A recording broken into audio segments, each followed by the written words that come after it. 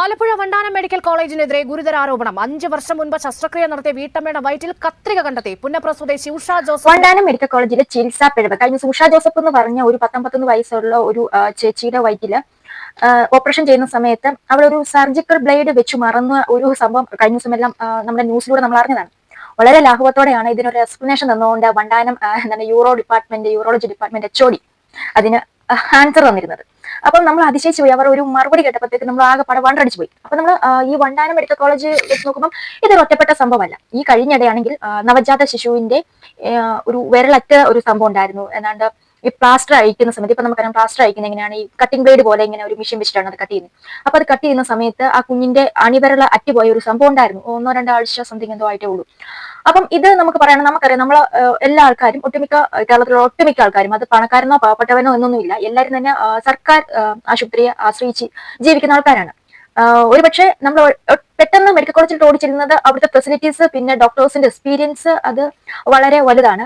Private ഹോസ്പിറ്റലിൽ ഇരിക്കുന്നതിനും of course കൂടുതൽ experience എന്താണ് മെഡിക്കൽ കോളേജിലുള്ള ഡോക്ടേഴ്സിനുണ്ടാവും. അപ്പൊ നമുക്കൊരു ട്രസ്റ്റ് ആണ്, അവരുടെ ഒരു ട്രസ്റ്റ് ഉണ്ട്. പിന്നെ എന്താണ് ഇപ്പൊ ഓർഗൻസ് ഒക്കെ അങ്ങോട്ടും ഇങ്ങോട്ടും അതിന് വേണ്ടിയിട്ട് ലാഭം കൊയ്യുന്ന ഒരു ഇതാണ് പ്രൈവറ്റ് ഹോസ്പിറ്റൽ എന്ന് പറയുമ്പോഴത്തേക്ക്. അപ്പം നമ്മളെപ്പോലെ ഒരു സാധാരണക്കാർക്ക് അല്ലെങ്കിൽ മിഡിൽ ക്ലാസ് അല്ലെങ്കിൽ അതിനും താഴെയുള്ളവർക്ക് ഏറ്റവും ബെസ്റ്റ് ഓപ്ഷൻ, ബെറ്റർ ഓപ്ഷൻ എന്ന് പറയുന്നത് ഓഫ്കോഴ്സ് എന്താണ് സർക്കാർ ആശുപത്രികളാണ്. അപ്പൊ ഈ 2021 കൊറോണ കാലഘട്ടത്തില് ഈ ഉഷ ജോസഫ് എന്ന് പറഞ്ഞ ഈ ഒരു സ്ത്രീ അവര് എന്തോ ഒരു അസ്വസ്ഥതയെ തുടർന്ന് വയറ്റിൽ എന്തോ വേദനയോ മുഴയോ അങ്ങനെ ഒരു കാരണത്താല് അവര് വണ്ടാനം ഹോസ്പിറ്റലിൽ കൺസൾട്ടേഷൻ എടുക്കുന്നു. അവരുടെ മകൻ പറയുന്നുണ്ട് അത് ഫസ്റ്റ് ഇവർ വീട്ടിൽ പോയാണ് കണ്ടുകൊണ്ടിരുന്നത്. അതായത് ഡോക്ടറിന്റെ വീട്ടിൽ കൺസൾട്ടേഷൻ സംഭവമുണ്ട്. അപ്പൊ അങ്ങനെ വീട്ടിൽ പോയി കാണുന്നു. പിന്നെ 2021 തന്നെ നമുക്കറിയാം സമയം കൊറോണ കാലമാണല്ലോ, അപ്പൊ പ്രത്യേകിച്ച് പിന്നെ എടുത്ത് പറയണം. അപ്പൊ തന്നെ ഇവരെന്താണ് പെട്ടെന്ന് സർജറിക്ക് റെഡിയാകണം, ഒരു ട്യൂമർ ആണ് എന്നൊക്കെ പറയുന്നുണ്ട്. അപ്പം ഈ ഒരു സംഭവം ന്യൂസിനോട് വളരെ വ്യക്തമായിട്ട് ഈ ഉഷ ജോസഫ് പറയുന്നുണ്ട്. അപ്പൊ നമുക്ക് ആ വീഡിയോസ് ഒന്ന് കണ്ടിട്ട് വരും. മുഴയാണ് ചെയ്യാൻ വേണ്ടി കൊറോണ സമയത്ത് ഞാൻ ആശുപത്രി കിടന്നത്. അങ്ങനെ ലളിതാംബിക ഡോക്ടറെയാണ് ഞാൻ കാണിച്ചത്. അത് 2021 മെയ് 5-ാം തീയതി എൻ്റെ ഓപ്പറേഷൻ നടന്നു. നീക്കം ചെയ്തു. അത് കഴിഞ്ഞ് 2 ദിവസം കഴിഞ്ഞ എന്നെ വിട്ടു. എന്നിട്ട് പിന്നെ എപ്പോൾ തൊട്ടാണ് ഒരു വയറുവേദന തോന്നുന്നത്? അല്ല, സർജറി കഴിഞ്ഞാണ്. വയറുവേദനയൊക്കെ ഉണ്ട്. എനിക്ക് വേദന ഉണ്ടെങ്കിലും ഞാൻ അടുത്തുള്ള ആശുപത്രി കൊണ്ടുപോയി ഇഞ്ചക്ഷൻ ഇടും, മരുന്ന് കഴിക്കും. അങ്ങനെ ഒരുപാട് കയറി ഇറങ്ങി. ഒരു ദിവസം എനിക്ക് വർഷത്തിന് മുന്നേ എനിക്ക് മൂത്രം ഒഴിക്കുമ്പോൾ ബ്ലഡ് വരുമായിരുന്നു. ഒന്ന് എക്സ്റേ എടുത്ത് നോക്കാൻ പറഞ്ഞു. എക്സ്റേ എടുത്തപ്പോൾ വയറ്റിലൊരു കത്രിക കാണുന്നില്ല എന്ന് പറഞ്ഞു. നാസർ ഡോക്ടറുടെ വീട്ടിൽ ചെന്നപ്പോൾ ഡോക്ടർ പറഞ്ഞ് പിന്നെ ഒരു കാര്യം ചെയ്യും, പിന്നെ ഡോക്ടർ ഇങ്ങനെ വെച്ച് ഇതേ വെച്ചപ്പോഴാണ് ഞാൻ ഈ കത്രിക കാണുന്നത്. ഞാൻ അതുവരെ കത്രിക കണ്ടില്ല, പടവും ഞാൻ ശ്രദ്ധിച്ചില്ല. വണ്ടാനത്ത് പോയി കാണാനോ? വണ്ടാനത്ത് രാവിലെ 8 മണിക്ക് ചെല്ലണമെന്ന് പറഞ്ഞു. രാവിലെ 8 മണിക്ക് ഞാൻ എഴുന്നേറ്റ് കുളിച്ചൊരുങ്ങി ഞാനും എൻ്റെ മരുമകളും എൻ്റെ മോനുമായിട്ട് ചെന്ന് ആ ഡോക്ടർ ഇരിക്കുന്ന പാട്ടിൽ ഞങ്ങൾ ളൊക്കെ എല്ലാം പറഞ്ഞ കുറേ ടെസ്റ്റുകളൊക്കെ എനിക്ക് നടത്തി തിങ്കളാഴ്ച നാളെ ചെല്ലാൻ പറഞ്ഞു. എന്നിട്ട് പിന്നെ തിങ്കളാഴ്ച അഡ്മിറ്റ് ചെയ്യണം, ചൊവ്വാഴ്ച ഇപ്പം എനിക്ക് ഇനി വണ്ടാനത്തോട്ട് പോകണ്ട ഓപ്പറേഷൻ ചെയ്യാനായിട്ട്. എനിക്ക് പേടിയാ, ഞാൻ പോകുന്നില്ല. അപ്പം അവര് അവരുടെ കാര്യങ്ങൾ പറയുന്നുണ്ട്. ഇതിനകത്ത് മോസ്കിറ്റോ ഫോസിൽസ് എന്ന് പറഞ്ഞ ഒരു ഇൻസ്ട്രുമെന്റ് ആണ് ഇതിനകത്ത് വെച്ച് വയറ്റിൽ വെച്ച് തുന്നി കെട്ടിവിട്ടിരിക്കുന്നത്. അപ്പം അത് ബ്ലഡ് വെസൽസ് ഒക്കെ നമുക്ക് ഇങ്ങനത്തെ ഓപ്പറേഷൻ നടക്കുന്ന സമയത്ത് ഇങ്ങനെ വരാതിരിക്കാൻ വേണ്ടി ഇങ്ങനെ ഒരു ലോക്ക് ഇട്ട് വെക്കുന്ന ഒരു സംഭവമാണിത്. അപ്പം ഇത് ഡോക്ടേഴ്സിന് അനാസ്ഥയാണെന്ന് വെച്ചാൽ അനാസ്ഥയാണ്. പക്ഷെ അവർ പാടെ നിഷേധിച്ച് വളരെ ലാഘവത്തോടെയാണ് ഇതിനൊരു എക്സ്പ്ലനേഷൻ കൊടുത്തത്. എടാ, ഒരു സാധാരണക്കാരന്റെ ഒരു അവസ്ഥയാണിത്. നമുക്ക് ഇങ്ങനെ ഒരു ഓപ്പറേഷൻ ഒരു പ്രൈവറ്റ് ഹോസ്പിറ്റലിൽ നടക്കുമ്പോഴത്തേക്ക് നമ്മുടെ തല കൊയ്യുന്ന പരിപാടിയാണ് ഇപ്പൊ ഇവിടെ നടക്കുന്നത്. അപ്പൊ അതുകൊണ്ട് തന്നെയാണ് നമ്മുടെ ഈ മാതിരി പരിപാടി കാണിക്കുന്നതുകൊണ്ടാണ് നമ്മുടെ മുഖ്യൻ എല്ലാം കൂടെ വിദേശയാത്ര നടത്തി അമേരിക്കയിലാണല്ലോ അങ്ങേരുടെ ചികിത്സാ പരിപാടിയൊക്കെ നടക്കുന്നത്. അപ്പൊ ഇതൊക്കെ തന്നെയാണ് കാര്യം. ഇപ്പൊ ഇതൊക്കെ നമുക്കറിയാമെങ്കിലും പാവപ്പെട്ടവരായ നമ്മുടെ കയ്യിൽ അത്രയും ചിക്കലൊന്നും ഇല്ലാത്തത് വീണ്ടും നമ്മൾ ഇതിന് തല വെച്ച് കൊടുക്കാൻ തയ്യാറാകുകയാണ്. അപ്പം എനിക്കറിയാം, എനിക്ക് പേഴ്സണലി അനുഭവമുള്ളതാണ്. ഞാൻ 90 ദിവസം 2024 എന്റെ അമ്മയും കൊണ്ട് മെഡിക്കൽ കോളേജിൽ കയറി ഇറങ്ങി. ഞാനും എന്റെ ആങ്ങളെയും പപ്പായും കൂടെ കയറി ഇറങ്ങി. ഞങ്ങൾ ഒരു വഴിക്കായ സംഭവമാണ്. ശരിക്കും ഞങ്ങൾ പറയുകയാണെങ്കിൽ മെഡിക്കൽ കോളേജിൽ ചിലവായ പൈസ ഉണ്ടായിരുന്നെങ്കിൽ പ്രൈവറ്റ് ഹോസ്പിറ്റലിൽ 2 ഓപ്പറേഷൻ ചെയ്യായിരുന്നു. കാരണം അത്രമാത്രം നമ്മൾ വലപ്പിച്ചിട്ടുണ്ട്. ചില കേസിലൊക്കെ അവർ ചിലപ്പോൾ പെട്ടെന്ന് ഓപ്പറേഷൻ ഒക്കെ എടുക്കാറുണ്ട്. അപ്പം എന്തെങ്കിലും ആട്ടെ, അപ്പം ഈ ഒരു കേസിലോട്ട് വരുവാണെങ്കിൽ എന്താണ് പറയാനുള്ളത്? ഇത് സിസ്റ്റത്തിന്റെ ഒരു പോരായ്മയാണെന്ന് പറഞ്ഞ ഡോക്ടർ ഒഴിഞ്ഞു മാറുന്നുണ്ട്. പിന്നെ എന്താണ്, ഇത് നേഴ്സിന്റെ അന്നുണ്ടായ നേഴ്സിന്റെ ഒരു ഇതാണെന്നൊക്കെ പറഞ്ഞുകൊണ്ട് അവരുടെ തലയിലും വെച്ച് കൊടുക്കുന്നുണ്ട്. അപ്പം ഞാനൊന്നും അറിഞ്ഞിട്ടില്ല രാമനാരായണ എന്ന് പറഞ്ഞ് കൈ എഴുകാനുള്ള ഒരു പരിപാടിയാണ് ഇവിടെ ഈ ഡോക്ടറിന്റെ എക്സ്പ്ലനേഷൻ വന്നിട്ട് കണ്ടത്. നമ്മളത് ആകെപ്പാടെ വണ്ടടിച്ചു പോയി. അത്ര കൂളായിട്ടാണ് പറയുന്നത്. അപ്പം എക്കാലും അവരുടെ ആ ഒരു ഇതും കൂടെ കേട്ടിട്ട് നമുക്ക് ഇതിനൊരു എക്സ്പ്ലനേഷൻ കൊടുക്കും. മസ്കിറ്റോ എന്നുള്ള ഒരു വളരെ ചെറിയ സാധനമാണ്, വളരെ നീളം കുറവ്. ഈ എക്സ്റേ കാണുന്ന ഒരു മാഗ്നിഫൈഡ് വ്യൂ ആണ്, നമുക്ക് അത്രയല്ല.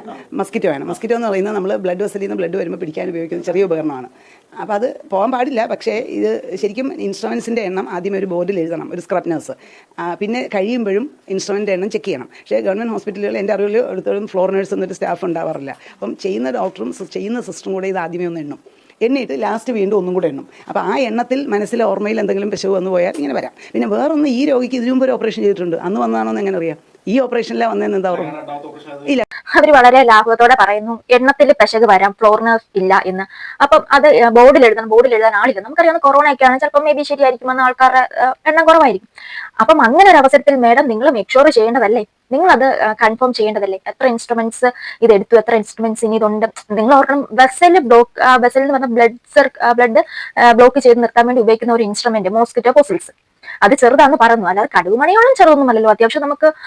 അത്യാവശ്യം ഒരു കാണാൻ പറ്റുന്നൊക്കെയാണ്. അപ്പം ഇതൊക്കെ എന്ത് തരം എക്സ്പ്ലനേഷൻ ആണ് മേഡം? നമുക്കത് മനസ്സിലാകുന്നില്ല. കാണത്തില്ല, അത് ഒമൻ്റെ എല്ലാം കൂടെ മുകളിൽ കയറി നമ്മൾ കാണത്തില്ല. അതെനിക്ക് അറിഞ്ഞോളാം, ചെയ്തിട്ടുണ്ടെന്ന് ഞാൻ ഇല്ല. അതിലെ ഒരു കാര്യം വെച്ചാൽ പക്ഷേ 20 വർഷം മുമ്പോ അല്ല 30 അനങ്ങാതിരിക്കാം. ഇത് പാക്കും ഇരിക്കാം, ഇതും ഇരിക്കാം. പിന്നെ വേറെ എന്നുള്ളത് എന്താണെന്ന് വെച്ചാൽ ഇപ്പോൾ അവർ പോയത് ഇതിനൊന്നുമല്ല, അവർക്ക് മൂത്രത്തിൽ കല്ലിൻ്റെ അസുഖത്തിന് അതിൻ്റെ വേദനയായിരുന്നു. അല്ല, ഞാനല്ല ചെയ്തത്. അല്ല, അന്ന് 100% എനിക്കറിയാം. ഞാനല്ലാതെ ഞാൻ റിട്ടയർ ചെയ്യുന്നതിന് തൊട്ട് മുന്നെയാണ്. അതുകൊണ്ട് വലിയ കേസുകളൊന്നും ഞാനന്ന് ചെയ്തിട്ടില്ല. അന്ന് കോവിഡായിരുന്നു. കൺസൾട്ട് ചെയ്താൽ ഞാൻ യൂണിറ്റ് ചീഫ് ആകുമ്പോൾ നാച്ചുറലി എല്ലാവരും യൂണിറ്റ് ചീഫിൻ്റെ പേരല്ലേ പറയത്തുള്ളൂ. അന്ന് കോവിഡ് ആയതുകൊണ്ട് കോവിഡ് റിലേറ്റഡ് മീറ്റിങ്ങുകളും ഒരുപാട് പ്രശ്നങ്ങളുണ്ടല്ലോ. നമുക്ക് കോവിഡ് റിലേറ്റഡ് ഒത്തിരി കാര്യം ചെയ്യാനുള്ളതുകൊണ്ട് ഞാൻ അതിൽ ഇൻവോൾവ് ആയിരുന്നു. അപ്പോൾ അന്ന് ഒരുപാട് ഓപ്പറേഷനുകൾ ചെയ്തിട്ടില്ല എന്നുള്ളതുകൊണ്ടാണ് ഞാൻ അത്ര ഉറപ്പായിട്ട് പറയുന്നത്. ഇല്ല, എനിക്ക് ഓർമ്മയില്ല. അന്ന് ഒന്നാമത് പ്രത്യേകിച്ച് കോവിഡ് ആയിരുന്നുകൊണ്ടാണ് കോവിഡിലായിരുന്നു നമ്മുടെ ശ്രദ്ധ മുഴുവൻ. കോവിഡ് ഗർഭിണികൾ പ്രൈവറ്റ് ആശുപത്രിക്കാരൊന്നും എടുക്കുന്നില്ല, എല്ലാം ഞങ്ങളല്ലേ. ദൂരം കോവിഡ് നമ്മൾ പ്രഗ്നൻസി റിലേറ്റഡ് ഒത്തിരി നമ്മളന്ന് ഫുൾ അതിലായിരുന്നു. അപ്പോൾ നമ്മൾ ഈ ബാക്കി ഇലക്ടീവ് സർജറിയൊക്കെ ഒരുപാട് കുറച്ചായിരുന്നു. പക്ഷേ ഇത് 3.5 കിലോ ഉള്ളതും ക്യാൻസർ ആണോ എന്ന് സംശയമുള്ളതുമായ ഒരു ട്യൂമർ ആയിരുന്നുകൊണ്ടാണ് 10-ാം തീയതി അഡ്മിറ്റ് ചെയ്ത് 12-ാം തീയതി ചെയ്ത് 15-ന് അത് ഇന്നലെ അവർ TV പറഞ്ഞതാണ്. 15-ന് വിട്ടു, എനിക്ക് ഓർമ്മയില്ല. 3 ദിവസം കൊണ്ട് അവരെ വിട്ടു എന്ന് അവർ പറഞ്ഞു ഇന്നലെ. അപ്പോൾ അത്രയും സിൻസിയറായിട്ടും കാര്യമായിട്ടും അവരന്ന് അഡ്മിറ്റ് ചെയ്ത് ചെയ്തിട്ടുണ്ട്. ഈ വീട്ടിൽ ആരെയും കാണില്ല, അത് വെറുന്നോ. ഞാൻ ആരോടും മേടിച്ചു, ഇവിടെ ആലപ്പുഴയുള്ള എല്ലാവർക്കും അറിയാം. ആരോടും ഞാൻ സർജറിക്ക് വേണ്ടി ഇന്ന് വരെ പൈസ മേടിച്ചിട്ടില്ല. അതുകൊണ്ട് ഇവരോട് ഞാൻ മേടിച്ചിട്ടില്ല, അതെനിക്ക് ഉറപ്പാണ്.